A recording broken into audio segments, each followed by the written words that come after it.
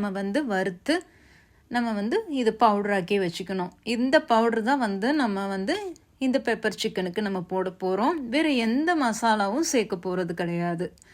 So உங்களுக்கு வந்து இந்த பவுடர் அரைச்சதுக்கப்புறமா இதில் உள்ளதை நிறைய அப்படியே வந்து நீங்கள் அந்த கறிக்கு ஃபுல்லாகவே சேர்த்துடக்கூடாது. அதுவும் ஒன்று. ஏன்னா இந்த மிளகு காரம் வந்து ரொம்பவே ஜாஸ்தியாக இருக்கும்.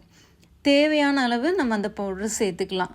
சமைச்சு முடிச்சுட்டு கூட அந்த காரம் வந்து போதும் அப்படின்னு தோணுச்சுன்னா அதோட நீங்கள் விட்டுருக்கலாம். அப்படி இல்லை இன்னும் கொஞ்சம் சேர்த்தா நல்லாயிருக்கும் அப்படின்னு தோணுதுன்னா லாஸ்ட்டாக கூட நீங்கள் சேர்த்து லைட்டாக கொஞ்சம் ஹீட் பண்ணிவிட்டு கூட நீங்கள் வந்து அதை வந்து யூஸ் பண்ணலாம்.